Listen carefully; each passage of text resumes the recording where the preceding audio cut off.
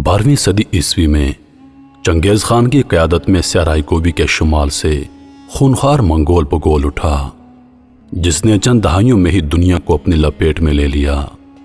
منگول لشکروں کے سامنے چین، خوارزم، وسطی ایشیا، مشرقی یورپ اور بغداد کی حکومتیں ریت کی دیواریں ثابت ہوئیں۔ منگول حملے کا مطلب ہوتا بے دریغ قتل و عام اور شہر کی مکمل تباہی۔ دنیا تسلیم کر چکی تھی کہ ان وحشوں سے مقابلہ کرنا ناممکن ہے۔ منگول ناقابل شکست ہیں۔ منگولوں نے اول خوارزم کی اینٹ سے اینٹ بجائی اور پھر 500 سال سے زائد قائم خلافت عباسیہ کو عبرتناک انجام سے دوچار کیا۔ منگولوں نے خوارزم میں کھوپڑیوں کے مینار بنائے تو بغداد میں اتنا خون بہایا کہ گلیوں میں کیچڑ کی وجہ سے ایک عرصے تک چلنا ممکن نہ رہا۔ اس پر آشوب دور میں مسلمانوں کی حیثیت کٹی پتنگ کی طرح تھی۔ مسلمان نفسیاتی طور پر کسی مقابلے کے قابل نظر نہ آتے تھے۔ ایسے میں مصر میں قائم مملوک سلطنت ایک مدھم سی امید تھی، وہی سلطنت جس کی بھاگ دوڑ غلام اور غلام زادوں کے ہاتھ میں تھی۔ منگولوں کا اگلا ہدف بھی یہی مسلم ریاست تھی، وہ آخری ریاست جس کی شکست مسلمانوں کے سیاسی وجود میں آخری کیل ثابت ہوتی۔ مملوک بھی اس خوفناک خطرے کا پورا ادراک رکھتے تھے، جانتے تھے آج نہیں تو کل یہ مارکا ہو کر رہے گا، اور یہ مارکا ہوا۔ تاریخ 30 ستمبر 1260 اور میدان تھا عین جالود۔ منگول مسلم سیاسی وجود کو ختم کرنے سر پر آن پہنچے۔ منگول طوفان جو بڑی بڑی سلطنتوں کو خس و خاشاک کی طرح بہا کر لے گئے تھے، آج ان کے مد مقابل مملوک تھے جس کی قیادت رکن الدین بیبرس کر رہا تھا۔ وہی بیبرس جو کبھی خود بھی فقط چند دینار کے عوض فروخت ہوا تھا۔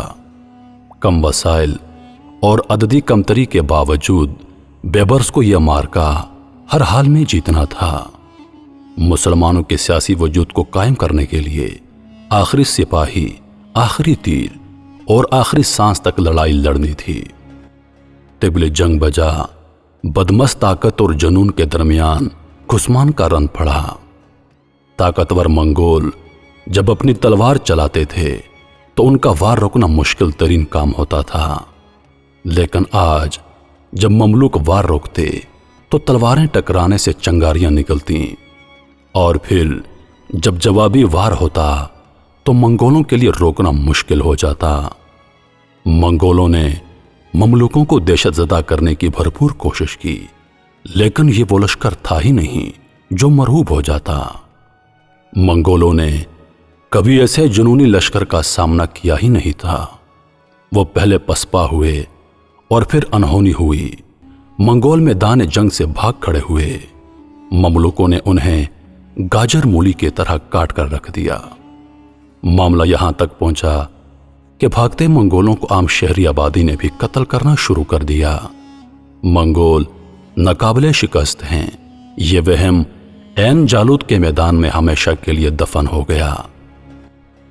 غلاموں نے رکن الدین بیبرس کی قیادت میں مسلم سیاسی وجود کی جنگ جیت لی اور رہتی دنیا تک یہ اعزاز اپنے نام کر لیا۔ اس مارکے کے بعد منگول پیش قدمی نہ صرف رکی بلکہ آنے والے سالوں میں بیبرس نے منگول مفتوحہ علاقے بھی ان سے واپس چھین لیے۔ رکن الدین بیبرس نے اپنی خودداد صلاحیت سے منگول یورپین نیکسس کو بھی توڑ ڈالا اور صلیبی جنگوں میں بھی فاتح رہا۔ مسلم دنیا اپنے اس عظیم ہیرو کے متعلق بہت کم جانتی ہے۔ ایک ایسا ہیرو جس نے ان کے سیاسی وجود کی جنگ بڑی بے جگری سے لڑی، جس کی پشت پر کوئی قبیلہ نہ تھا اور جو کبھی فقط چند دینار کے عوض بکا تھا، لیکن جو مصائب کا مقابلہ کرنا جانتا تھا، جو ہمت نہیں ہارتا تھا اور جو امید کا دامن کبھی نہیں چھوڑتا تھا۔ سلام سلطان رکن الدین بیبرس۔ شکریہ سلطان رکن الدین بیبرس۔ اللہ تعالی آپ کے درجات بلند فرمائے، آمین یا رب العالمین۔